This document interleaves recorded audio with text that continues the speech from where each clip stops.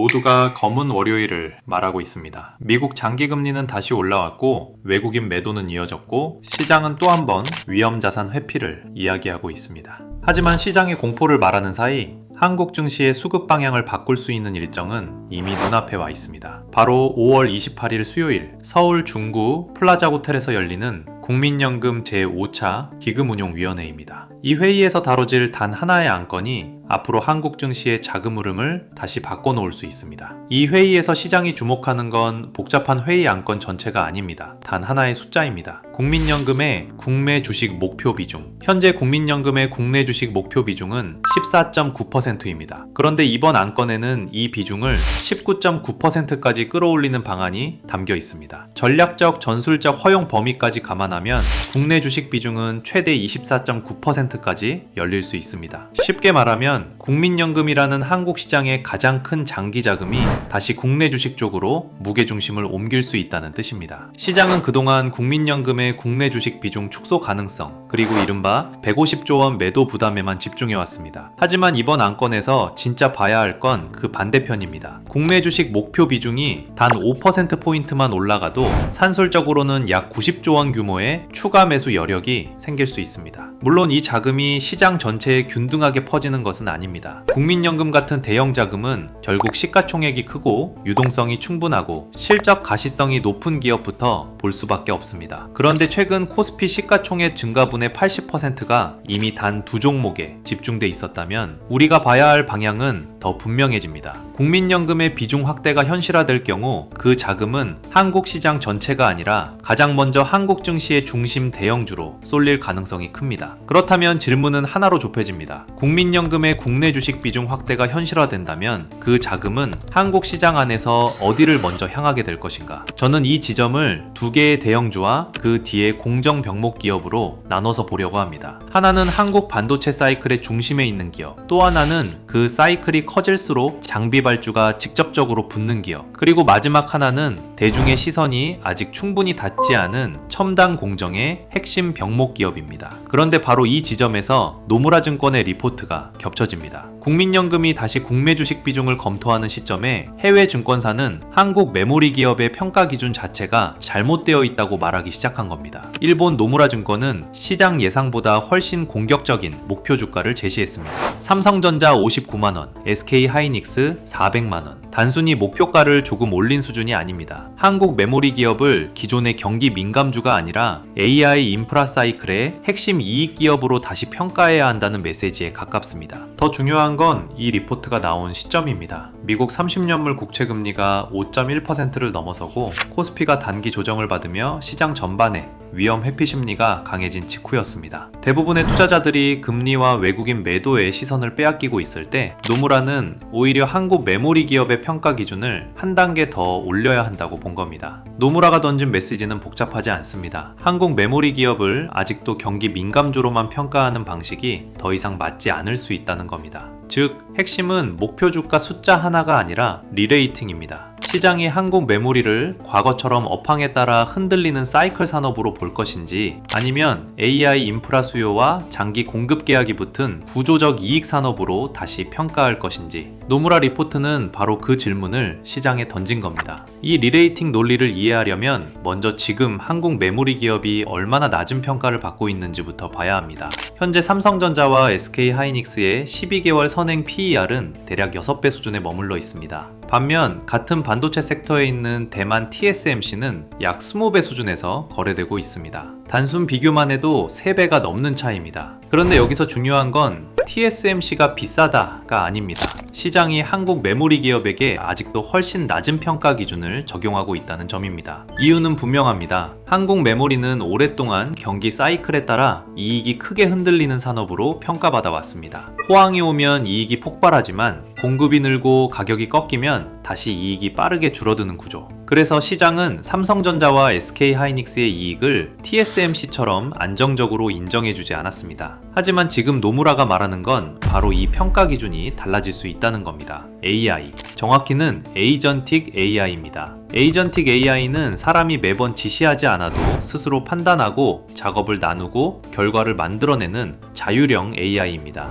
이 차이가 중요합니다. AI가 더 오래 생각하고 더 많은 작업을 동시에 처리할수록 필요한 메모리 사용량도 기하급수적으로 늘어나기 때문입니다. 이 변화가 가장 먼저 드러나는 지점이 바로 KV 캐시입니다. AI가 답변을 만들거나 여러 단계를 거쳐 작업을 처리할 때는 이전 계산 결과와 맥락을 계속 저장해두는 공간이 필요합니다. 업계에서는 이 저장 공간을 KV 캐시라고 부릅니다. 기존 AI가 짧은 질문에 답하는 수준이었다면 에이전틱 AI는 스스로 계획을 세우고 중간 결과를 기억하고 다음 행동까지 이어가야 합니다. 그 과정에서 필요한 메모리 용량은 기존보다 훨씬 빠르게 커질 수밖에 없습니다. 노무라가 주목한 지점도 바로 여기입니다. AI 사용 방식이 단순 질의응답에서 자율형 작업 처리로 바뀌면 고대 여폭 메모리, 즉 HBM 수요의 계산식 자체가 달라진다는 겁니다. 노무라는 향후 5년 동안 특수 메모리 수요가 폭발적으로 증가할 가능성을 보고 있습니다. 그런데 공급은 수요처럼 빠르게 늘어나기 어렵습니다. 반도체 공장은 하루아침에 지을 수 없고 HBM은 일반 D램보다 공정 난이도와 수율 관리가 훨씬 까다롭습니다. 수요는 구조적으로 커지는데 공급은 물리적 한계에 묶여있는 상황. 이 격차가 만들어내는 건 단순한 일시적 가격 상승이 아닙니다. HBM 가격과 메모리 기업의 이익률이 과거보다 훨씬 높은 구간에서 유지될 수 있다는 논리입니다. 그런데 노무라가 보는 변화는 HBM 하나에만 머물지 않습니다. 지금 메모리 시장에서 중요한 건 수요가 한 제품에만 집중되는 것이 아니라 여러 영역으로 동시에 확산되고 있다는 점입니다. HBM은 AI 가속기 안에서 연산 속도를 끌어올리는 핵심 메모리입니다. D램은 AI 서버가 대량의 데이터를 처리하는 과정에서 기본 메모리 용량을 키우는 역할을 합니다. SSD는 데이터 센터가 학습 데이터와 추론 데이터를 저장하고 불러오는 저장 장치의 중심입니다. 즉 AI 투자가 늘어날수록 HBM만 필요한 것이 아니라 D램과 SSD까지 함께 수요가 커지는 구조가 만들어집니다. 노무라는 이 흐름을 트리플 메모리 슈퍼사이클로 보고 있습니다. 이 논리를 뒷받침하는 숫자도 큽니다. 2026년 한 해 동안 아마존, 마이크로소프트, 구글, 메타 4개 빅테크 기업이 계획한 설비 투자 규모는 약 6,500억 달러, 하나로 약 900조 원에 달합니다. 대한민국 1년 예산이 약 680조 원 수준이라는 점을 감안하면 4개의 빅테크 기업이 AI 데이터 센터에 투입하려는 자금 규모가 얼마나 큰지 바로 감이 옵니다. 한 나라가 1년 동안 쓰는 예산보다 더 큰 돈이 데이터 센터 증설에 들어가는 겁니다. 그런데 여기서 중요한 건 단순히 투자 금액의 크기가 아닙니다. 이 돈이 향하는 끝단에 한국 메모리 기업들이 놓여 있다는 점입니다. AI 데이터 센터가 늘어나면 GPU만 필요한 것이 아닙니다. 그 GPU가 처리할 데이터를 받쳐줄 HBM, D램, SSD 수요가 동시에 커집니다. 그리고 여기에 결정적인 변수가 하나 더 붙습니다. 바로 LTA, 장기 공급 계약입니다. 구글과 마이크로소프트 같은 빅테크는 삼성전자와 SK 하이닉스를 상대로 3년에서 5년 단위의 장기 계약을 맺고 있습니다. 단순히 주문을 넣는 수준이 아닙니다. 선급금을 먼저 지급하면서 미래 물량을 확보하고 필요할 경우 새로운 생산 라인의 투자 부담까지 일부 나눠지는 구조로 가고 있습니다. 장기 공급 계약이 늘어나면 일부 매출과 가격이 계약 구조 안에서 고정됩니다. 즉 메모리 기업의 이익이 과거처럼 매 분기 업황에만 흔들리는 구조에서 점점 더 장기 계약과 AI 데이터 센터 투자 사이클에 묶이는 구조로 바뀌기 시작하는 겁니다. 이 LTA가 중요한 이유는 비중 자체가 작지 않기 때문입니다. 현재 핵심 메모리 제조사들의 D램 매출에서 장기 공급 계약이 차지하는 비중은 약 30% 수준으로 추정됩니다. 이 숫자가 의미하는 건 분명합니다. 과거 메모리 사이클에서는 수요가 꺾이면 가격이 빠르게 내려갔고 가격이 내려가면 이익도 함께 줄어들었습니다. 하지만 매출의 일정 부분이 장기 계약으로 묶이기 시작하면 이야기가 달라집니다. 전체 물량이 매 분기 현물 가격에만 노출되는 구조가 아니라 일부 매출은 미리 정해진 계약과 고객사의 선급금 안에서 보다 안정적으로 유지될 수 있기 때문입니다. 쉽게 말해 이익의 바닥이 과거보다 높아지는 겁니다. 그리고 이익의 바닥이 올라가면 시장이 기업에 부여하는 평가 기준도 달라질 수밖에 없습니다. 한국 메모리 기업을 단순 경기 민감주로만 볼 것이냐, 아니면 AI 데이터 데이터 센터 투자와 장기 공급 계약이 붙은 구조적 이익 기업으로 다시 평가할 것이냐? 바로 이 질문이 삼성전자와 SK 하이닉스의 밸류에이션을 다시 움직이고 있습니다. 그리고 이 흐름은 5월 28일 국민연금 기금이 안건과도 정확히 맞물립니다. 국민연금이 국내 주식 비중을 올린다는 건 단순히 한국 주식을 조금 더 담는다는 뜻이 아닙니다. 1,800조 원 규모의 장기 자금이 한국 시장 안에서 다시 비중을 맞춰야 한다는 뜻입니다. 그렇다면 이제 질문은 하나입니다. 이 조건을 가장 강하게 충족하는 기업은 어디인가? 저는 오늘 이 흐름을 3개의 기업으로 나눠서 보려고 합니다. 첫 번째는 국민연금과 외국인 자금이 가장 먼저 볼 수밖에 없는 AI 메모리 사이클의 본진. 두 번째는 그 본진에 HBM 출하가 늘어날수록 장비 발주가 직접적으로 붙는 병목 기업. 그리고 세 번째는 아직 대중의 시선이 덜 닿아 있지만 HBM 16단과 이 나노 공정이 동시에 연결되는 첨단 공정의 핵심 기업입니다. 먼저 첫 번째 기업부터 보겠습니다. 바로 SK 하이닉스입니다. 그런데 여기서 많은 분들이 가장 먼저 이런 생각을 하실 겁니다. 하이닉스 좋은 건 알겠는데 이미 너무 오른 거 아닌가? 지금 들어가면 고점 잡는 것 아닌가? 저도 오늘 이 질문에서 출발해 보겠습니다. 지금 봐야 할 건 SK 하이닉스가 좋은 기업이냐가 아닙니다. 이미 많이 오른 주가 위에서도 시장이 왜 한 번 더 높은 평가 구간을 열어줄 수 있는지, 그리고 지금의 상승을 단순한 고점 부담으로 봐야 하는지 아니면 리레이팅 초입으로 봐야 하는지입니다. 그 첫 번째 근거는 분기 손익계산서에서 나옵니다. 2026년 1분기 SK 하이닉스의 매출은 52조 원을 기록했습니다. 그리고 영업이익률은 72%까지 올라왔습니다. 이 숫자가 중요한 이유는 단순히 이익률이 높기 때문만이 아닙니다. 과거 메모리 기업은 가격 사이클에 따라 이익률이 크게 흔들리는 산업으로 평가받았습니다. 하지만 지금 SK 하이닉스의 실적은 그 프레임이 바뀌고 있다는 신호에 가깝습니다. HBM 중심의 제품 믹스, AI 서버 수요, 그리고 장기 공급 계약이 맞물리면서 단순히 많이 파는 기업이 아니라 높은 마진을 유지할 수 있는 구조로 바뀌고 있기 때문입니다. 여기서 핵심은 마진의 절대값이 아닙니다. 이 높은 마진이 어떤 구조에서 만들어졌느냐입니다. 앞서 말씀드린 것처럼 지금 메모리 시장은 과거처럼 현물 가격만 따라 움직이는 구조에서 조금씩 벗어나고 있습니다. 전체 매출의 상당 부분이 LTA, 즉 장기 공급 계약으로 묶이면서 이익의 바닥이 과거보다 높아지고 있습니다. 그렇기 때문에 SK 하이닉스의 72% 영업이익률은 단순히 한 분기 운이 좋았던 숫자로만 보기 어렵습니다. HBM 수요, 장기 계약, 그리고 AI 데이터 센터 투자가 맞물리면서 새로운 수익성 기준이 형성되고 있는 겁니다. 노무라가 SK 하이닉스 목표 주가를 234만원에서 400만원으로 한 번에 끌어올린 이유도 여기에 있습니다. 노무라는 HBM의 기가바이트당 평균 판매 가격이 2026년 12.90달러에서 2027년 20.90달러까지 올라갈 수 있다고 봤습니다. 가격이 오르고 계약이 길어지고 수요의 중심이 AI로 이동한다면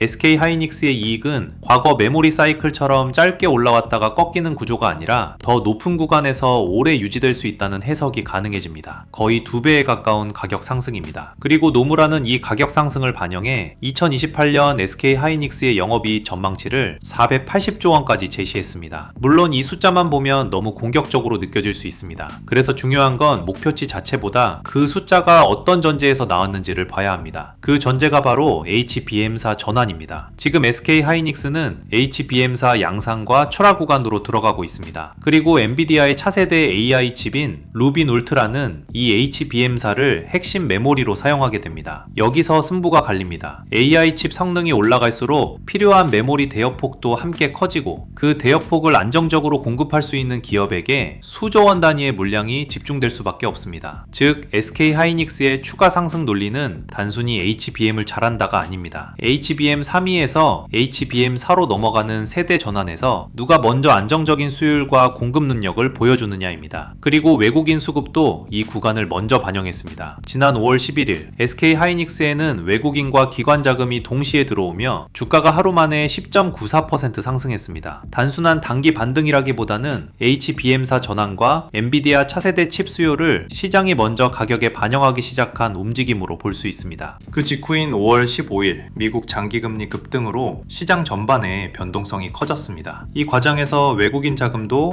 일부 차익 실현에 나섰습니다. 하지만 여기서 봐야 할 건 단기 매도 자체가 아닙니다. SK 하이닉스의 이익 구조가 과거와 얼마나 달라졌느냐입니다. 앞서 말씀드린 것처럼 LTA, 즉 장기 공급 계약이 매출의 일정 부분을 받쳐주고 있다면 일시적인 금리 충격이나 단기 수급 흔들림이 나오더라도 이익의 바닥은 과거보다 훨씬 단단해집니다. 마찬가지입니다. 즉 주가는 흔들릴 수 있습니다. 하지만 기업의 이익 구조까지 과거 메모리 다운사이클처럼 한 번에 무너지는 그림으로 보기는 어렵습니다. 물론 확인해야 할 변수도 있습니다. 바로 미국 상무부가 삼성전자와 SK하이닉스의 중국 공장에 부여했던 VEU 자격을 회수한 이슈입니다. 이 규제는 한국 메모리 기업의 중국 생산 라인 운영과 장비 반입 일정에 영향을 줄 수 있는 변수입니다. 한국 반도체 업계에서 중국 생산 라인이 차지하는 비중은 약 30% 수준으로 알려져 있습니다. 반면 TSMC의 중국 공장 비중은 약 3% 수준입니다. 같은 규제라도 한국 메모리 기업이 받는 부담이 훨씬 클 수밖에 없는 구조입니다. 따라서 VEU 자격 회수 이슈는 가볍게 넘길 수 있는 변수가 아닙니다. 장비 반입, 공정 전환, 중국 생산 라인의 운영 효율에 단기적인 부담을 줄 수 있습니다. 다만 이 리스크가 SK하이닉스의 HBM 사이클 자체를 무너뜨리는 변수로 보기는 어렵습니다. 이미 연간 승인제라는 대체 절차가 마련됐고 차세대 투자는 중국이 아니라 용인 메가 클러스터와 평택을 중심으로 국내 첨단 생산 라인에 집중되는 흐름이 더 강해지고 있기 때문입니다. 즉 중국 공장 규제는 확인해야 할 부담 요인이지만 동시에 차세대 HBM 투자가 국내 첨단 클러스터로 재배치되는 흐름을 더 빠르게 만들 수 있는 변수이기도 합니다. 종합하면 SK하이닉스는 단순히 많이 오른 HBM 대장주가 아닙니다. HBM사 양산, LTA로 높아진 이익의 바닥, 그리고 노무라 미레이팅이 동시에 겹쳐있는 기업입니다. 그래서 지금 SK하이닉스를 볼 때 핵심은 고점 부담 그 자체가 아닙니다. 시장이 이 회사를 과거의 메모리 사이클 기업으로 계속 볼 것인지 아니면 AI 인프라 시대의 구조적 이익 기업으로 평가 구간을 다시 열어줄 것인지입니다. 그리고 현재까지의 실적, 수급, 리포트 흐름은 후자 쪽 가능성에 더 무게를 싣고 있습니다. 두 번째로 볼 기업은 SK하이닉스의 HBM 사이클이 커질수록 가장 직접적으로 연결되는 장비 기업입니다. 바로 한미 반도체입니다. 앞에서 SK하이닉스를 AI 메모리 사이클의 본진으로 봤다면 한미 반도체는 그 본진이 실제 생산을 늘릴 때 반드시 거쳐야 하는 장비 병목에 가깝습니다. 많은 분들이 한미 반도체를 단순 HBM 테마주로 알고 계실 겁니다. 하지만 이 회사가 중요한 이유는 테마에 올라탔기 때문이 아닙니다. HBM을 만들 때 반드시 필요한 핵심 장비를 쥐고 있기 때문입니다. 바로 TC 본더입니다. HBM은 D램을 여러 층으로 쌓아 올리는 구조입니다. 이때 메모리 칩과 칩을 정밀하게 접합해야 하는데 그 공정에서 필요한 장비가 TC 본더입니다. 단순히 붙이는 장비가 아닙니다. 쌓아 올린 메모리 칩을 마이크로미터 단위로 정렬하고 열과 압력을 제어하면서 수율을 결정하는 핵심 장비입니다. HBM 세대가 올라갈수록 단수는 높아지고 접합 난이도는 더 커집니다. 그래서 SK하이닉스가 HBM4 출하를 늘릴수록 한미 반도체의 TC 본더 수요도 같이 커질 수밖에 없는 구조입니다. 그리고 이 시장에서 한미 반도체의 글로벌 점유율은 약 71%로 알려져 있습니다. 즉 한미 반도체를 볼 때 핵심은 HBM 테마주 여부가 아닙니다. SK하이닉스의 HBM4 생산 확대가 실제 장비 발주로 이어질 때 그 병목 구간을 누가 쥐고 있느냐입니다. SK하이닉스 생산 라인에 들어가는 TC 본더 중 한미 반도체 장비 비중도 2025년 50% 수준에서 2026년에는 60%까지 올라갈 것으로 분석되고 있습니다. 이 숫자가 중요한 이유는 단순히 점유율이 높아졌기 때문만이 아닙니다. 앞에서 본 SK하이닉스의 HBM4 양산이 본격적으로 확대될수록 그 생산 라인 안에서 필요한 TC 본더 발주도 함께 늘어나는 구조이기 때문입니다. 즉 한미 반도체는 SK하이닉스가 HBM4를 더 많이 팔수록 뒤에서 장비 수요가 따라붙는 기업입니다. 여기서 또 하나 봐야 할 신호가 있습니다. 지난 3월 곽동신 회장이 한미 반도체 주식 약 30억 원어치를 장내에서 직접 매수했습니다. 이 부분은 가볍게 볼 수 없습니다. 대주주의 장내 매수는 단순한 홍보성 메시지와 다릅니다. 회사의 수주 흐름, 고객사 투자 계획, 장비 수요의 방향을 가장 가까이에서 보는 사람이 자기 돈으로 주식을 산 것이기 때문입니다. 특히 한미 반도체처럼 고객사 발주와 실적 사이의 연결이 중요한 장비 기업에서는 대주주의 장내 매수는 향후 수요에 대한 내부 확신을 보여주는 강한 신호로 해석될 수 있습니다. 앞에서 본 SK하이닉스의 HBM4 전환이 단순히 메모리 기업만의 이야기가 아닌 이유가 바로 여기에 있습니다. SK하이닉스가 HBM4 생산을 늘릴수록 그 생산 라인 안에서 필요한 장비 투자도 함께 커집니다. 그리고 그 장비 투자에서 가장 직접적으로 연결되는 기업 중 하나가 한미 반도체입니다. 외국인 보유율은 5월 14일 기준 7.6% 수준입니다. 절대 비중만 놓고 보면 아직 높다고 보기는 어렵습니다. 하지만 여기서 봐야 할 건 비중의 크기가 아니라 자금이 움직이는 방향입니다. 한미 반도체가 단순 기대감만으로 움직이는 종목이 아니라 HBM4 장비 발주 가능성을 두고 시장이 다시 가격을 계산하기 시작했다는 뜻이기 때문입니다. 그리고 이 구간에서 또 하나의 변화가 나왔습니다. 한미 반도체는 올해부터 TC 본더 본더 수주에 대한 자율 공시를 중단했습니다. 이 부분은 해석이 필요합니다. 장비 기업에게 수주 공시는 시장의 실적 가시성을 보여주는 수단이기도 하지만 동시에 고객사와 경쟁사에게 수주 규모와 흐름을 노출하는 정보이기도 합니다. 그런데 HBM 장비 경쟁이 치열해지는 구간에서 한미반도체가 TC 본더 수주 공시를 더 이상 세세하게 공개하지 않겠다는 건 수주 흐름을 외부에 드러내기보다 고객사와의 전략적 관계를 더 중시하겠다는 신호로 볼 수 있습니다. 즉 시장이 봐야 할 건 공시가 줄었다는 사실 자체가 아닙니다. 오히려 HBM4 장비 수요가 커지는 구간에서 한미반도체가 수주 정보를 더 조심스럽게 관리하기 시작했다는 점입니다. 이 변화가 더 중요하게 보이는 이유는 증권사들의 실적 전망도 같은 방향으로 움직이고 있기 때문입니다. LS증권은 한미반도체의 2026년 매출과 영업이익 전망치를 각각 14%, 19% 상향 조정했습니다. 단순히 수주 공시가 줄었다고 해서 성장 기대가 꺾인 것이 아니라 오히려 HBM 장비 수요를 반영해 실적 전망은 더 올라가고 있는 겁니다. 증권가 일부에서는 2026년 한미 반도체 매출이 8조 원을 넘어설 수 있다는 전망까지 나오고 있습니다. 이 흐름을 종합하면 한미 반도체에서 봐야 할 건 단순한 HBM 테마가 아닙니다. SK 하이닉스의 HBM4 생산 확대, TC 본더 시장에서의 높은 정유율, 대주주의 장내 매수, 외국인 수급, 그리고 실적 전망 상향이 같은 방향으로 겹치고 있다는 점입니다. 결론적으로 한미 반도체는 단순히 HBM 흐름에 올라탄 장비주가 아닙니다. SK 하이닉스의 HBM4 생산 확대가 실제 설비 투자로 이어질 때 그 투자 흐름을 가장 직접적으로 받을 수 있는 TC 본더 핵심 기업입니다. 앞에서 본 SK 하이닉스가 AI 메모리 사이클의 본진이라면 한미 반도체는 그 본진이 생산 능력을 키우는 과정에서 함께 움직이는 장비 병목이라고 볼 수 있습니다. 다만 확인해야 할 변수도 있습니다. 엔비디아의 차세대 AI 칩 출시 일정이 밀리거나 HBM4 공급망 전환 속도가 예상보다 늦어질 경우 TC 본더 발주 시점도 같이 뒤로 밀릴 수 있습니다. 그래서 한미 반도체를 볼 때는 단순히 주가 흐름만 볼 것이 아니라 SK 하이닉스의 HBM4 출하 속도 그리고 엔비디아 데이터 센터 매출 가이던스를 같이 확인해야 합니다. 이 두 가지가 유지되는 한 한미 반도체는 HBM 슈퍼사이클이 장비 투자로 확산되는 구간에서 계속 봐야 할 기업입니다.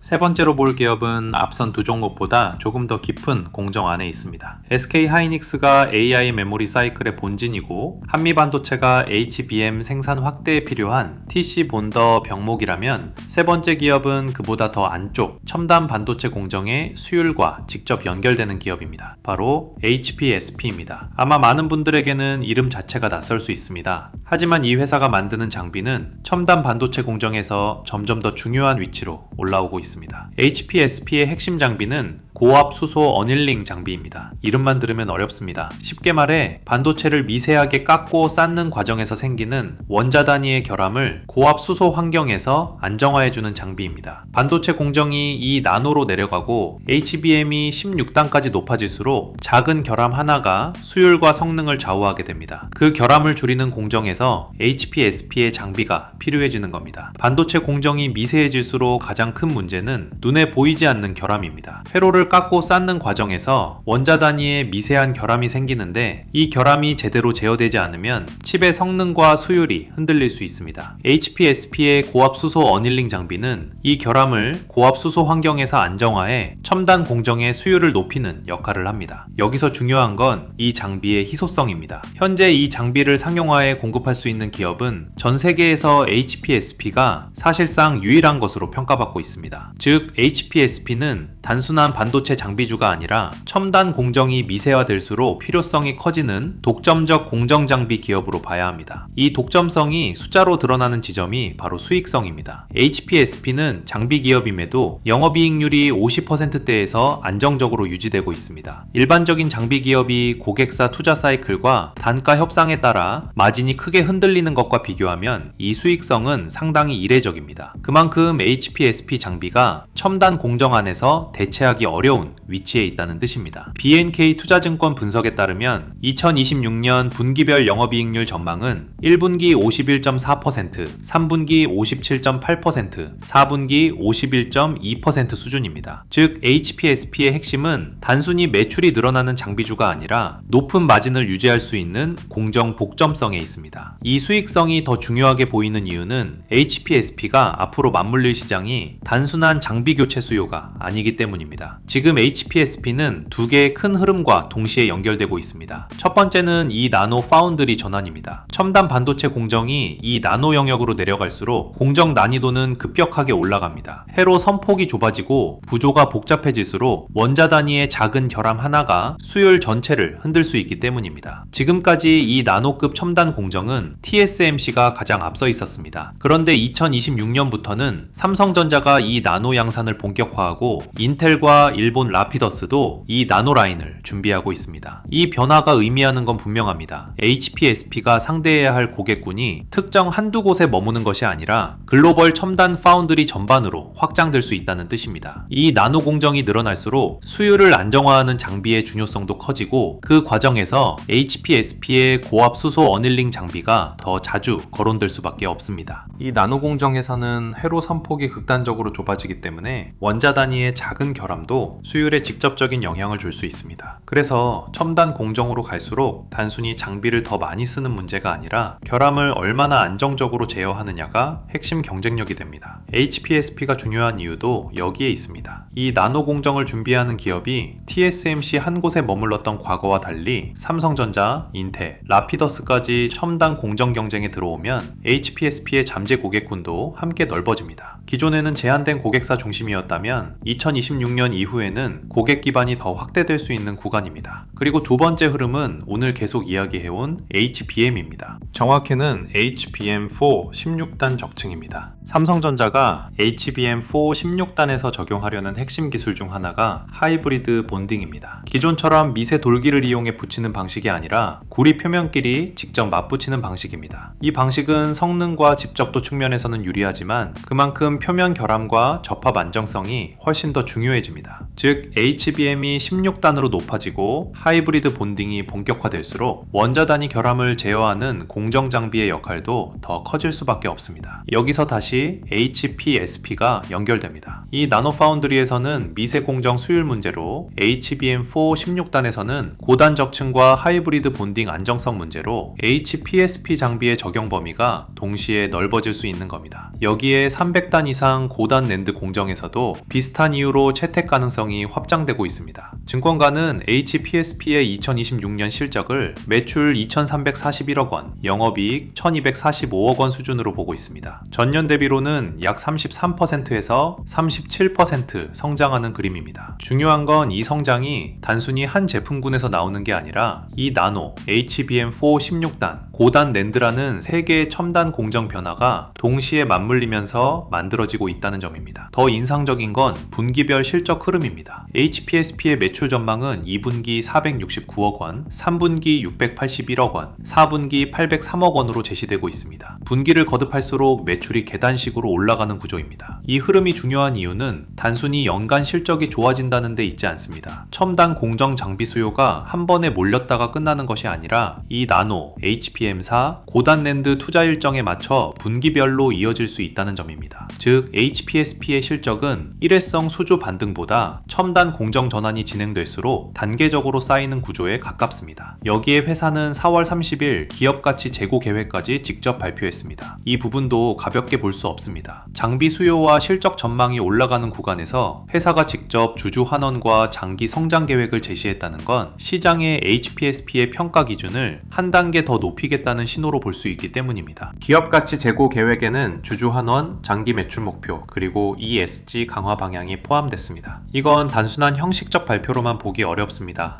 첨단 공정 장비 수요가 커지는 구간에서 회사가 직접 중장기 성장 계획을 제시했다는 건 시장의 HPSP를 단순 장비주가 아니라 장기 성장 기업으로 평가해달라는 신호에 가깝습니다. 물론 단기적으로 확인해야 할 변수도 있습니다. 1분기 실적이 시장 기대치를 하회할 수 있다는 우려가 이미 일부 증권사에서 제기됐습니다. 이 부분은 가볍게 넘기면 안 됩니다. 장비 기업은 고객사의 투자 집행 시점에 따라 분기 실적이 흔들릴 수 있고 수주가 늦게 인식되면 단기 숫자는 기대보다 약하게 나올 수 있습니다. 다만 중요한 건 이 리스크가 HPSP의 장기 구조를 훼손하는 변수인지입니다. 현재 시장이 보고 있는 핵심은 1분기 1분기 숫자 하나가 아니라 이 나노파운드리 HBM46단 고단 낸드로 이어지는 첨단 공정 전환입니다. 그래서 단기 실적 우려로 조정이 나온다면 오히려 3분기와 4분기로 갈수록 커질 수 있는 장비 수요를 미리 반영하는 구간이 될 수 있습니다. 정리하면 HPSP는 단순히 이름이 덜 알려진 장비주가 아닙니다. SK 하이닉스의 HBM46단, 삼성전자의 이 나노 전환, 그리고 글로벌 첨단 파운드리 경쟁이 동시에 맞물리는 공정 병목 기업입니다. 지금 시장의 시선은 아직 SK 하이닉스와 한미 반도체에 더 많이 머물러 있지만 공정의 더 깊은 곳에서는 HPSP처럼 수요를 좌우하는 장비 기업들이 다음 평가 구간으로 들어갈 가능성이 있습니다.